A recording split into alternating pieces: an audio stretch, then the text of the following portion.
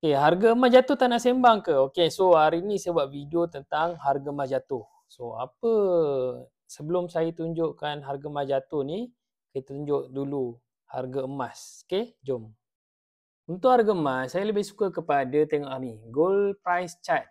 Yang ni data, historical data. So, data daripada harga emas. So, kat sini kita boleh tengok, ini gold, yang ni silver. Okay, kita ambil gold. Okay, tak apa. Kita tengok dulu satu-satu, jangan masalah. Okay, kita dah ambil gold dah. So, kat sini. Okay, gold. Sebelum tu kita tukarlah gold, USD tukar RM, ounce tukar gram.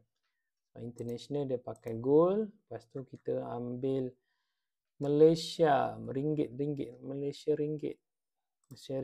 Kemudian kita ambil gram. So, data kita ambil 10 tahun. Okay, ini chart dah masa 10 tahun. So, dari 2025 dekat atas. Okay, ini tahun 2015. So, korang nampak tak apa yang saya nampak?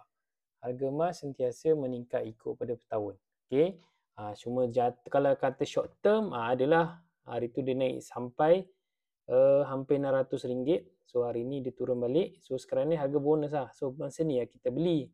So, kita beli banyak kat sini lah. Okay, ataupun kalau masa kat sini tahun 2024 dekat sini. Tapi lagi cantik 2015 hari tu kita beli baru 100 lebih je. Okay, itu 100 tahun. Itu 10 tahun. Kalau kita ambil cat 20 tahun. Okay, nampak 20 tahun pun sama juga. Dia masih meningkat. Dia tetap mendaki. Dia cuma flat kat sini je. Masa tahun 2010 hingga 2019. So macam ni harga emas dia mendatang. So masa mendatang ni sebab apa? Sebab ekonomi masa tu stable. So compare sekarang ni lepas COVID 2020 sampailah sekarang dia masih menaik lah. So kita dah nampak dah harga emas sentiasa menaik kalau ikut pada short term, long term. So sebab tu bagi masa kurang-kurang 2 tahun untuk buat simpanan emas. Baru harga tu boleh untung lah kat situ. Tapi bagi saya lebih suka kepada simpanan. Emas ni saya buat sebagai simpanan. So kalau saya simpan tunai, so memang confirm akan bocor. Sebab tu saya tukar semua duit saya simpanan kepada emas. So itu punca dia. Kalau saya tukar dalam ASB pun bagus. Tapi ASB pun senang nak keluarkan lah. Tapi ASB ni bagus untuk kita simpan dalam bentuk dana kecemasan. Sebab senang nak keluarkan.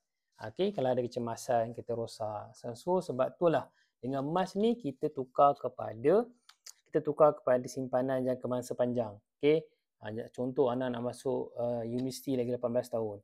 Kita nak beli rumah lagi 3 tahun. Diperlukan deposit rumah tukar pada emas. Ataupun kita bayar untuk haji. So haji kita tak tahu lagi berapa yang kita nak bila kita nak pergi kan. So start penyimpanan sekarang untuk dana haji. Untuk umrah pun boleh juga kita simpan dengan emas. So nanti bila dah sampai matlamat ni, kita boleh jual emas tersebut dan pakai duit tersebut kepada matlamat yang kita buat. Okey, itu saja. Macam mana nak beli dekat Public Gold senang je. Dan penting daftar ke akaun Public Gold. Macam mana daftar percuma, korang boleh kontak saya. Itu je. Terima kasih.